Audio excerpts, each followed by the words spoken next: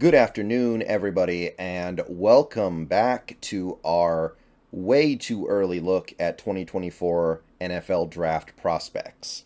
Once again, tonight there's going to be a stream with the Hawks Nest, talking Seahawks with the Hawks Nest. We're going to talk about our top rookies from the most recent draft class. It'll be on my channel. Should go live about 7 p.m. Pacific time. Hope to see you guys there. We're going to talk about our top 4 rookies. Okay, so as promised, now we're going to take a look at some of the guys on defense who I think are worth putting our crosshairs on early. So, again, we're taking a look at defense in this video, and you look at this team, they're going to have some needs on the defensive line. And I'm going to keep it mostly to the defensive end slash 3-tech types, depending on whether or not you're looking at it through a 3-4 or a 4-3 lens, because nose tackle, I wasn't really able to find anyone great. Like, there are some nose tackle prospects, but number one, I don't think any of them are going to get drafted that high.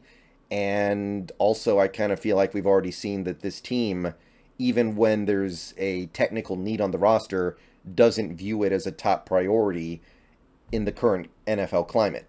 So I'm just going to talk about the top defensive linemen in this upcoming draft class right now. There are 3 guys I'm going to talk about in this video. First guy is Mason Smith with 2 A's, LSU guy. This guy's interesting because from what I could tell, he's considered to be the best, or at the very least, most ballyhooed defensive lineman in this draft. But he basically hasn't done anything in the NFL yet. He flashed a little bit in 2021. In 7 games, he had 4 sacks. And then last year, he played in 1 game, and that was it. Got hurt. So, yeah, that's kind of... It's kind of weird to say that he's the top defensive line prospect when he hasn't done anything to back it up yet. But the talent, the size, the ability, the quickness, the ability to win leverage battles despite his size, all those kinds of things are making him a prospect that is considered to be a top half of the first round guy. Like, I've seen him go 12 in way too early mock drafts and stuff like that. So this guy right here, Mason Smith, as of right now, he seems to be generally considered to be the top defensive lineman in this draft. As of right now, he's also a really good size for a 3-4 end. So if we decide to stick it out with this 3-4 defense and he stays at about that size, then he makes a lot of sense for these Seahawks. So this is going to be a big make or break year for him in all likelihood, right?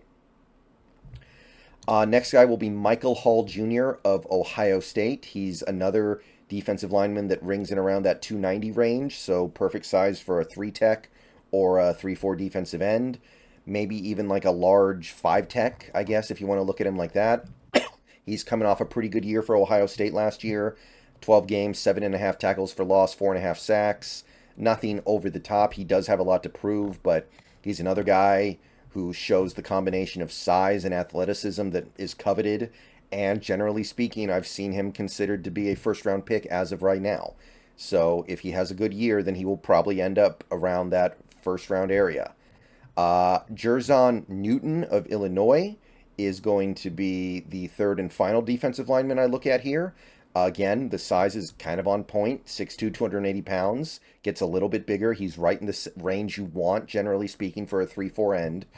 And this guy's actually been pretty productive so far at Illinois. He was okay in 2021, and then last year he had a monster year for the number 1 defense in the country. Illinois allowed, 16 points a game or something really, really good. Mostly because of guys like Devon Witherspoon, it's pronounced Devin, apparently, which is not how it's spelled, but whatever. Witherspoon. But Newton was one of their forces on the defensive line. 14 tackles for loss, 5.5 sacks, 3 passes defensed as well, 3 knockdowns. Gets his big old mitts up there. So he's going to be an early likely candidate to be a first-round pick and maybe end up as a Seahawk. He would probably fit right in. I got to believe that. Okay, so that's it for the top defensive linemen. Now let's switch on over to the linebackers here. And I'm going to go ahead and say this right now. I think this is going to be a great linebacker class. I called it out specifically with the quarterbacks. I said I think this is going to be a great quarterback class. I don't necessarily believe it's going to be some amazing tight end or interior offensive line or defensive line draft, but the linebackers are pretty choice, in my opinion.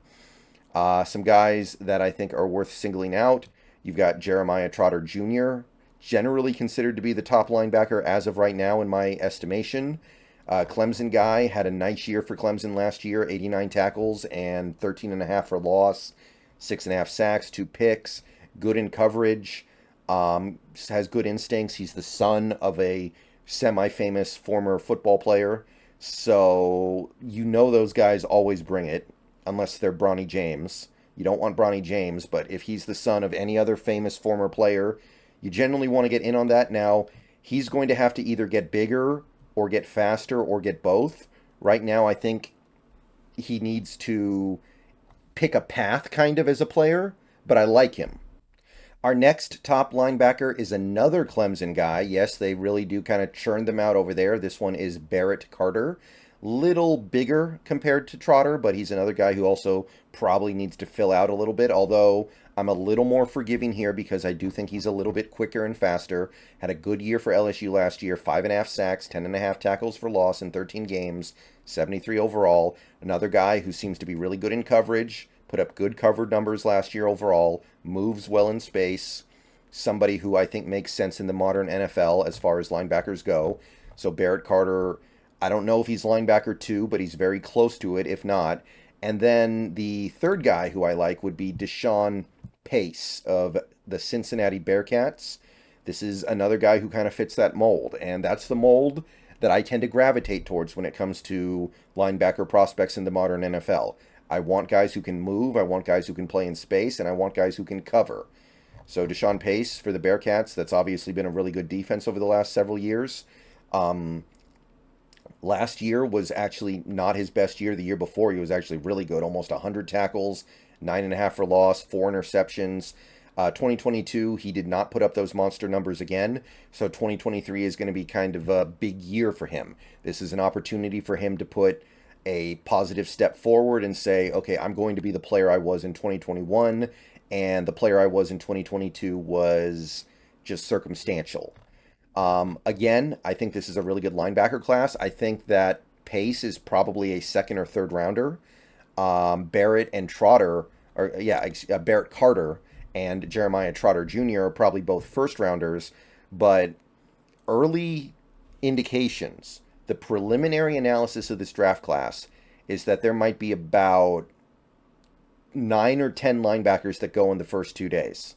So this is going to be a class similar to the class we saw in 2022, where we didn't come away with a linebacker, but there were a lot of good linebackers to have. Last year, or excuse me, this year, the most recent draft, not really good for linebackers. I think we're getting back to good linebackers again in this class. We'll have to see, but I'm encouraged to this point, which is good because we're going to need one.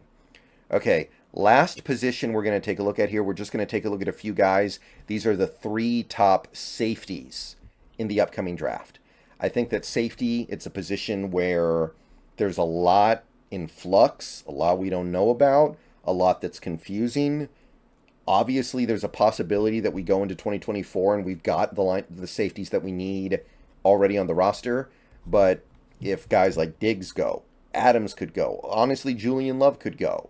Kobe Bryant might not be able to move over to safety. Jarek Reed might not show enough in that first year for us to have a lot of faith in him. So what do we do then?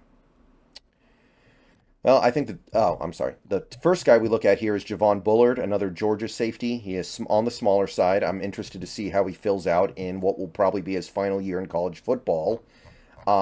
Didn't do anything monstrous last year, but it's the Georgia defense. We all know how this works. The Georgia defense does not produce a bunch of players that put up monster stats. They produce a bunch of players that fit their role and do their job.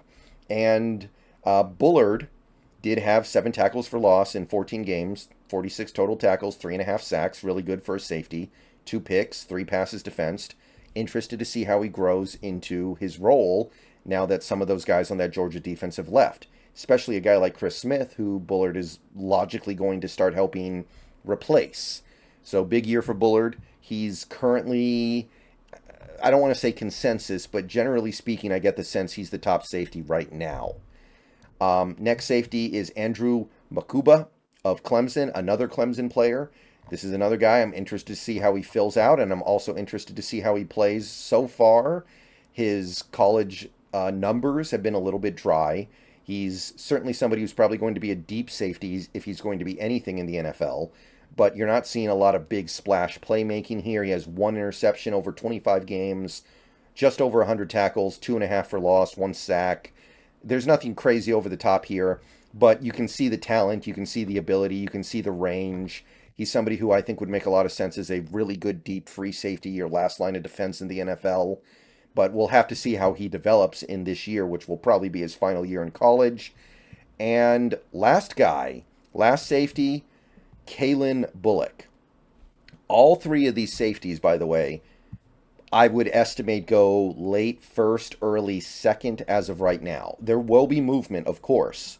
As of right now, they all strike me as borderline first round guys. But Kalen Bullock, USC safety, tall guy, big time ball hawk, 5 interceptions last year, 7 total over his 2 seasons at USC. Really, really good at taking the ball away. When he makes a play on the ball, he's usually coming away with it. 172 return yards on defense last year, by the way. Pretty crazy. 88 tackles in 25 games. So been very active and been a big part of that USC defense. And you got to pencil him in right now as one of the top safety prospects. All right. So that'll do it for my way too early look at 2024 draft prospects. Hope you enjoyed it.